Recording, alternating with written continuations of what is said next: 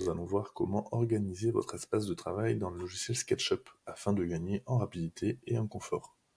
Un espace bien structuré vous permettra de travailler plus efficacement, d'accéder plus vite aux outils essentiels et de personnaliser l'interface selon bien sûr vos besoins et votre style de dessin.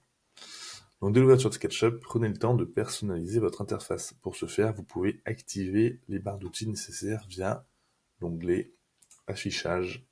Et dans l'affichage, on va retrouver barre d'outils, tout simplement. Et là, dans barre d'outils, il se passe pas mal de choses, donc on peut sélectionner ou désélectionner, vous voyez, ça apparaît si j'en coche d'autres, des barres d'outils en fonction de ce qui m'intéresse, donc les principaux, les sélections et autres.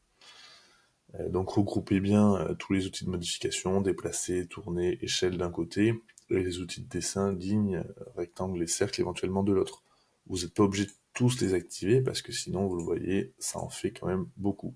Vaut mieux garder les principaux, les outils de mesure, ainsi que ceux de sélection éventuellement. Mais vous voyez, ça par exemple, on n'a pas besoin, les standards si sont importants, le style pas forcément parce qu'on peut l'avoir ailleurs, Trimble Connect non plus, et les vues, hop, ça peut être pratique. Sinon, vous pouvez le réinitialiser et revenir sur un espace de base. Donc une fois que ça s'est paramétré pour vous, vous pouvez bien sûr enfermer, mais vous pouvez aussi les modifier. Vous voyez, je peux en mettre ici, je peux prendre celui-ci, le mettre là s'il m'intéresse. Là, je vois qu'il y a un doublon, donc est-ce qu'il y a intérêt? Non, je le sors et je peux le fermer.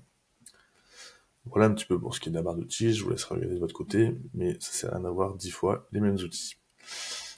Ensuite, utilisez les raccourcis clavier, pour bien du coup avancer sur le logiciel. Pour ce faire, je vous ai mis une capture d'écran. Plus vous utiliserez les raccourcis clavier, mieux vous naviguerez tout simplement dans le logiciel. Donc, vous voyez par exemple l'outil Q, si j'appuie en même temps, ça fait l'outil rapporteur, E, ça fait la gomme, R, ça fait des rectangles, T, ça fait des mesures, etc., etc. Donc tout ça, c'est assez important de les reconnaître et de les appliquer le plus possible afin de gagner en efficacité aussi. Quatrième point, créer tout simplement des tags et des scènes. Donc pour ce faire, vous pouvez créer des balises qui s'appelaient avant des calques et qui s'appellent aussi d'ailleurs maintenant dans la toute nouvelle version étiquettes. Mais ça reste en fait tout simplement des calques.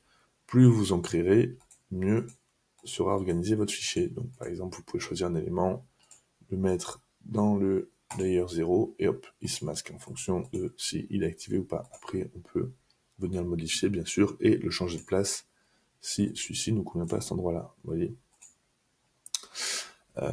Pour ce qui est des scènes, après, bien sûr, vous pouvez créer des scènes et préparamétrer, en fait, les endroits qui vont vous intéresser et que vous voudrez exporter à terme. Donc ça, pareil, ça se passe juste ici, dans la partie scène, vous en rajoutez, vous positionnez votre point de vue là où ça vous intéresse, et vous appuyez sur l'appli de plus. Vous pouvez aussi, bien sûr, pour avoir plus d'efficacité, travailler avec votre style de dessin. Est-ce que vous voulez un style filaire? Est-ce que vous voulez un style sans ombre? Est-ce que vous voulez un style sans texture? À vous de choisir le style de dessin qui va vous intéresser. Donc là, vous voyez, il y a de la transparence, par exemple. Ou bien même à vous de vous le créer. Vous pouvez partir d'un existant, rajouter des arêtes arrière, rajouter des profils, changer leur épaisseur, faire un mélange de styles notamment, et créer un petit peu le style qui va vous intéresser. Donc ça, pareil, ça dépend de vos pratiques.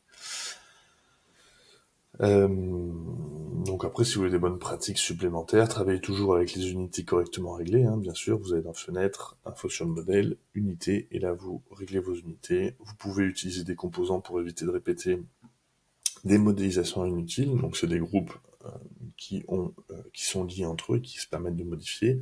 Vous pouvez purger régulièrement les éléments inutilisés, et voilà, vous savez maintenant comment organiser votre espace de travail dans SketchUp pour gagner en efficacité, en personnalisant votre interface, en utilisant des raccourcis, en gérant vos tags et vos scènes. Vous pouvez travailler plus vite, plus confortablement, et notamment avec moins d'erreurs. Merci d'avoir suivi ce tutoriel et à très bientôt pour une nouvelle vidéo sur SketchUp.